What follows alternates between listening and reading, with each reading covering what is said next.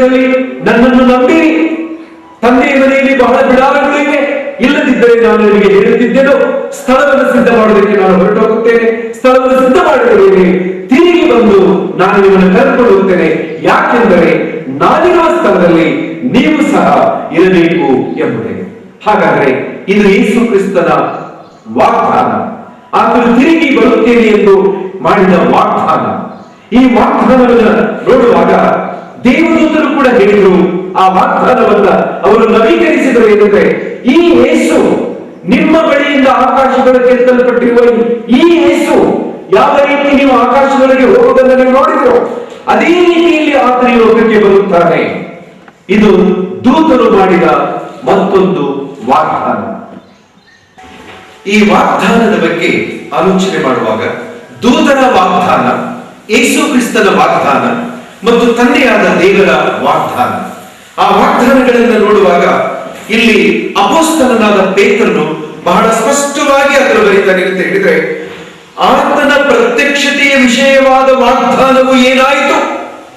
ಪ್ರಶ್ನೆ, ಪ್ರಿಯ ಸಹೋದರ ಸಹೋದರಿ, ನಿಮ್ಮ ನಂಬಿಕೆಯನ್ನ, ನಿಮ್ಮ ನಿರೀಕ್ಷೆಯನ್ನ ಅಲ್ಲಗಳೆಯುವುದಕ್ಕಾಗಿ ಅಥವಾ ಆ ನಿರೀಕ್ಷೆಯ ಭ್ರಷ್ಟರನ್ನಾಗಿ ಮಾಡುವುದಕ್ಕೋಸ್ಕರ ಅನೇಕ ಕುಚೋದ್ಯಗಾರರು ಈ ರೀತಿಯ ಕುಚೋದ್ಯದ ಮಾತುಗಳನ್ನು ಆಡುತ್ತಾರೆ.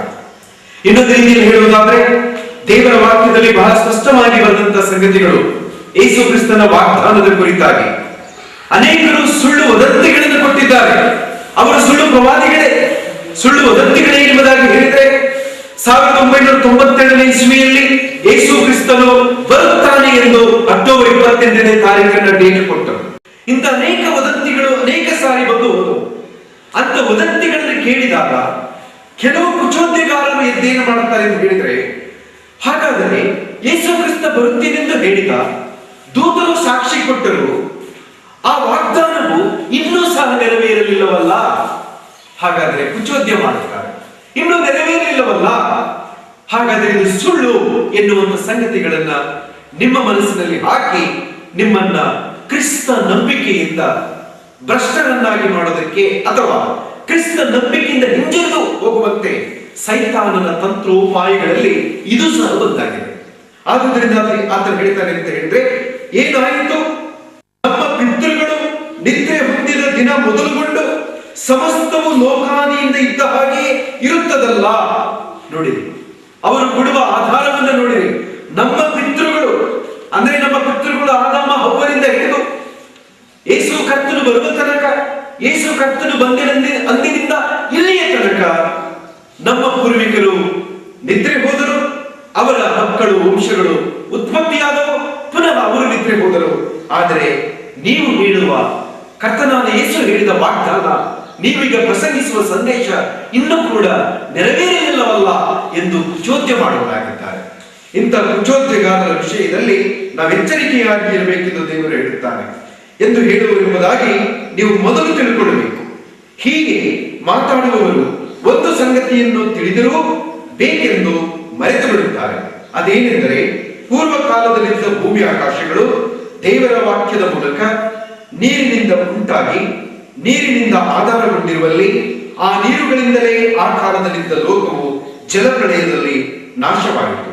ಆದರೆ ಈಗಿರುವ ಭೂಮಿ ಆಕಾಶಗಳು ಅದೇ ವಾಕ್ಯದ ಫಲದಿಂದ ಬೆಂಕಿಯ ಮೂಲಕ ನಾಶವಾಗುವುದಕ್ಕೆ ಇಡಲ್ಪಟ್ಟಿವೆ ಮತ್ತು ಭಕ್ತಿಹೀನರ ಶಿಕ್ಷಾವಿಧಿಯು ನಾಶವು ಉಂಟಾಗುವ ದಿನಕ್ಕಾಗಿ ಆ ಬೆಂಕಿ ಸಿದ್ಧವಾಗಿದೆ ಎಂಬುದೇ ಪ್ರಿಯರೇ. ಇದು ಪೇತ್ರನು ಬರೆದ 2ನೇ ಪತ್ರಿಕೆ 3ನೇ ಅಧ್ಯಾಯ 3ನೇ ವಚನದಿಂದ 7 ವಚನದವರೆಗಿರುವ ವಾಕ್ಯದ ಆಧಾರ. ಈ ವಾಕ್ಯದ ಆಧಾರಗಳನ್ನು ನೋಡುವಾಗ ಪೇತ್ರನು ಅಂತ ಕುಚೋದ್ಯಗಾರರ ಬೋಧನೆಗೆ ನಾವು ಕಿವಿಗೊಡಬಾರದು, ಮಾತ್ರವಲ್ಲ ನಾವು ಮೋಸ ಹೋಗಬಾರದು. ಅದು ಯುಗಗಳೇ ಗತಿಸಿ ಹೋಗಲಿ ಅಥವಾ ಸಾವಿರಾರು ವರ್ಷಗಳು ಗತಿಸಿ ಹೋಗಲಿ, ಅದು ಕರ್ತನ ದೃಷ್ಟಿಯಲ್ಲಿ ಏನೂ ಅಲ್ಲ. ಕರ್ತನ ದೃಷ್ಟಿಯಲ್ಲಿ ಅದು ಒಂದು ದಿನಕ್ಕೆ ಸಮಾನ.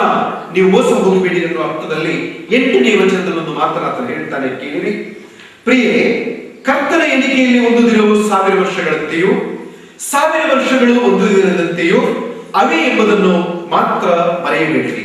ನೋಡಿ, ಕರ್ತನ ಎಣಿಕೆಯಲ್ಲಿ ಒಂದು ದಿನವು 1000 ವರ್ಷಗಳಂತೆಯೂ 1000 ವರ್ಷಗಳು ಒಂದು ದಿನದಂತೆಯೂ ಅವೆ ಎಂಬುದನ್ನು ನೀವು ಮರೆಯಬೇಡಿ. ಈಗ ನಿಮಗೆ ಕುಚೋದ್ಯಗಾರರು ಹೇಳಬಹುದು, ಈಗ 4000 ಗತಿಸಿತು ಕ್ರಿಸ್ತ ಪೂರ್ವದಲ್ಲಿ, ಕ್ರಿಸ್ತ ಯೇಸುವಿನಿಂದ ಈಗ 2000 ಗತಿಸಿತು, ಈಗ 2010ನೇ ಇಸವಿಯಲ್ಲಿ ನಾವಿದ್ದೇವೆ. ಆದರೆ ಈ ಘಟನೆ ಸಂಭವಿಸಲಿಲ್ಲ. ಆದುದರಿಂದ ಇದು ಕೇವಲ ವದಂತಿ ಎಂಬುದಾಗಿ ಹೇಳಿ ನಿಮ್ಮನ್ನು ವಂಚಿಸುತ್ತಾರೆ. ಆ ಕಾರಣದಿಂದ ನಾವು ವಂಚನೆಗೆ ಒಳಗಾಗಬಾರದು, ಮೋಸ ಹೋಗಬಾರದೆಂದು ತಿಳಿದು ಕರ್ತನು ಪವಿತ್ರಾತ್ಮನ ಮೂಲಕ ಪೇತ್ರನಿಗೆ ಆ 8ನೇ ವಚನದಲ್ಲಿ ಹೇಳ್ತಾರೆ. 2 ಪೇತ್ರ 3:8 ವಚನದಲ್ಲಿ, ಪ್ರಿಯರೇ, ಕರ್ತನ ಎಣಿಕೆಯಲ್ಲಿ ಒಂದು ದಿನವು 1000 ವರ್ಷಗಳಂತೆಯೋ 1000 ವರ್ಷಗಳು ಒಂದು ದಿನದಂತೆಯೋ ಅವೇ ಎಂಬುದನ್ನು ನೀವು ಮರೆಯಬೇಡಿರಿ. ಯಾಕೆಂದ್ರೆ ಅಲ್ಲಿ ವಚನ ಉಂಟು, ಯಾಕೆಂದ್ರೆ ಕರ್ತನು ತನ್ನ ವಾಗ್ದಾನವನ್ನು ನೆರವೇರಿಸುವುದಕ್ಕೆ ತಡ ಮಾಡುತ್ತಾನೆಂಬುದಾಗಿ ಕೆಲವರು ಅರ್ಥ ಮಾಡಿಕೊಳ್ಳುವ ಪ್ರಕಾರ ಆತನು ತಡ ಮಾಡುವವನಲ್ಲ. ಯಾವನಾದರೂ ನಾಶವಾಗಿ ಹೋಗುವುದರಲ್ಲಿ ಇಷ್ಟಪಡದೆ ಎಲ್ಲರೂ ತನ್ನ ಕಡೆಗೆ ತಿರುಗಿಕೊಳ್ಳಬೇಕೆಂದು ಆತನ ಅಪೇಕ್ಷೆ ಉಳ್ಳವನಾಗಿದ್ದಾನೆ. ಆದುದರಿಂದ ವರ್ಷಗಳು, ಯುಗಗಳು ಗತಿಸಿ ಹೋಗುತ್ತಾ ಇವೆ. ಚಿಂತಿಸಬೇಡಿರಿ, ಯೋಚಿಸಬೇಡಿರಿ, ನಿರಾಶರಾಗಬೇಡಿರಿ. ಯಾಕೆಂದ್ರೆ ನಮ್ಮ ದೇವರು ನಮ್ಮನ್ನು ಎಬ್ಬಿಸಲು ಸಮರ್ಥನು. ನಮ್ಮ ಪೂರ್ವಿಕರು ಒಂದು ವೇಳೆ 1000 ವರ್ಷಗಳಿಂದ ಅವರ ಶರೀರಗಳು ಸಮಾಧಿ ಒಳಗಿಡಲ್ಪಟ್ಟಿದ್ದರೂ ಸಹ ದೇವರು ಅಲ್ಲಿಂದ ನಮ್ಮನ್ನು ಎಬ್ಬಿಸಲು ಶಕ್ತನು. ಆತನು ನಮ್ಮನ್ನು ಎಬ್ಬಿಸಲು ಶಕ್ತನು. ನಮ್ಮ ಎಲುಬುಗಳು ಮಣ್ಣಾಗಿ ಹೋಗಿದ್ದರೂ ಸಹ ಆತನು ನಮ್ಮನ್ನು ಎಬ್ಬಿಸುತ್ತಾನೆ. ನಾವು ಒಂದು ವೇಳೆ ಜೀವಂತವಾಗಿದ್ದರೂ ಸರಿಯೇ ಆತನು ನಮ್ಮನ್ನು ಎಬ್ಬಿಸುತ್ತಾನೆ. ಇದು ಕರ್ತನಿಗೆ ಸಾಧ್ಯ. ಯೋಹಾನನ ಸುವಾರ್ತೆ